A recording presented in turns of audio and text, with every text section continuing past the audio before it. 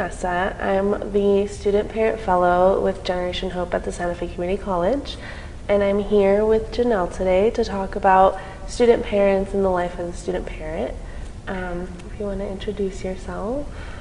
Hi, my name is Jenelle Lovelette, and I am a student here. I also am one of the student workers here as well. Cool. So if you want to just talk about how you felt when you first found out you were pregnant. So it's actually a very different story for each. I have two kids. I have a 5-year-old and a 1.5-year-old. So the 5-year-old was not planned. And I kind of thought it would be a little bit of a funny joke to take a pregnancy test on Father's Day. And I took the test and it came out positive, and it was not at all expected. And I was like, this isn't funny anymore. Like, this isn't a joke anymore. I'm actually pregnant. And so for a long time in my pregnancy, I didn't even believe I was pregnant. So we'd go to the ultrasounds and stuff. And my husband's like, you've seen the baby, you're pregnant. And I'm like, but it's like a recording. But is it real? Yeah, so my first one was very surreal. It was had a lot of denial. But I love her so much. She's a great blessing. And then the second one was planned, so that was a very exciting thing to find out. And we found out a few days before Valentine's Day. Oh, and that's so cute. Yeah, so it was really cute and it was fun. And so yeah, it was just a very different experience both times. Both ways. And yeah. It's kind of nice to get the difference in experiences of planning and then just kind of randomly taking a test. Yeah. Yeah, I kind of get that. Did you always plan to go to college before kids, or was the kids the bigger motivation to push you there? So I always planned on going to college. Me and my husband actually met in college. We both went to Eastern in Portales for a little bit, but that really didn't end up working out for me, just financial wise. And so I stopped going for a while, and then I didn't think about going back until after COVID, when I found out more about what I wanted to do. And then having kids kind of solidified and more I guess straightened my path into where I wanted to go. So for those of you listening who don't know what I'm doing, I talk to Vanessa about it a lot, so she knows. But I'm planning on being a pediatric dietitian, specifically for children who have neurodivergencies like ADHD or autism.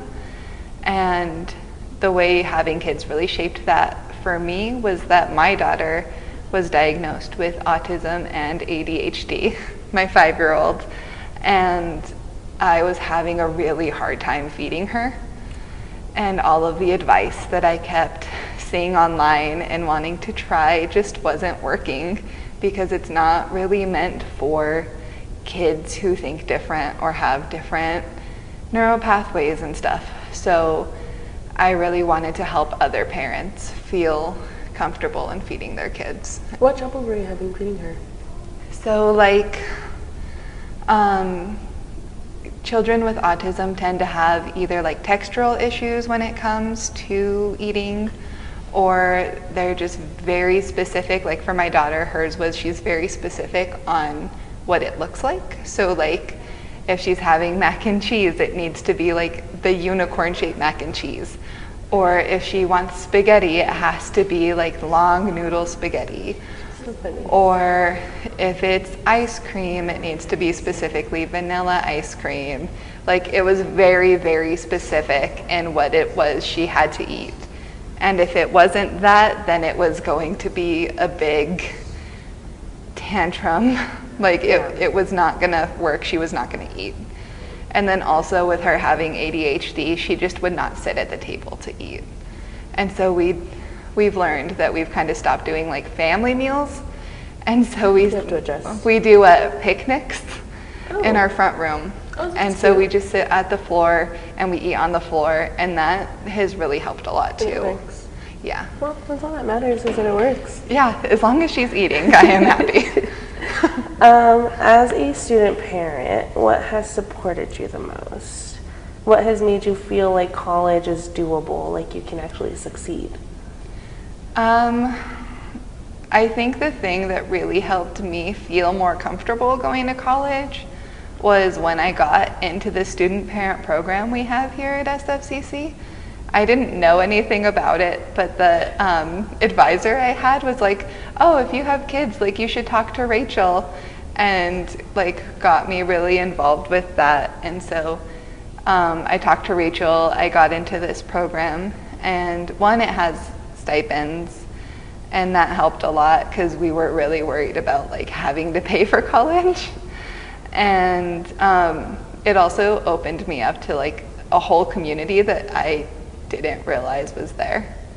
Yeah, I agree. I feel like you don't realize how many student parents we have until we have like the big meetings together. And I'm like, oh, there's like a million of us.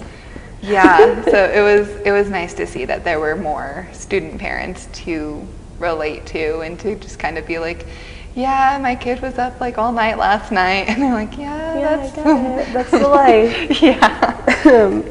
Let me see. As a young parent, what experiences have you faced that you feel not everybody else has? I would say my biggest experience is that with kids, I really only have time to do my homework at nighttime. I think that's the biggest thing I have noticed is that with my peers who do not have children, and they're like, yeah, I'm gonna go home and I'm gonna like do a big study session and like really do everything I can, and I'm like, oh, I have to go home and feed my kids and then put them to bed, because as soon as they're in bed, that's when I finally get to do what I need to do school. And some nights, like if your kid is sick or they're going through a sleep regression, you don't get to do your homework because they're not sleeping. Yeah.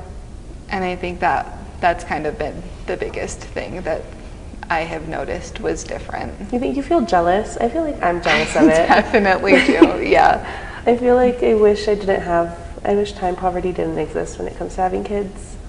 I totally agree, because it's just so interesting listening to like other students who are like, I spent hours studying for this test, and I'm like, I spent an hour because I didn't have the time to do it this weekend because my kid had gymnastics or my kid was sick or this and that, so like I really only had an hour.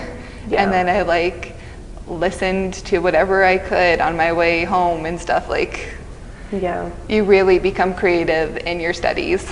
Isn't it crazy like how much you can flex your time with kids? It's so like you just fit so much into one day, and then at the end of the day you're kind of like, oh, I did way too much today. Yeah, and then it feels like you haven't done enough, because then you look at like your dishes, or you look at all of the toys that haven't been cleaned up. Yeah. Yep, it's always something. What programs have you benefited from, or would you change to be able to gain more from? Personally, I have gained a lot from the accommodations.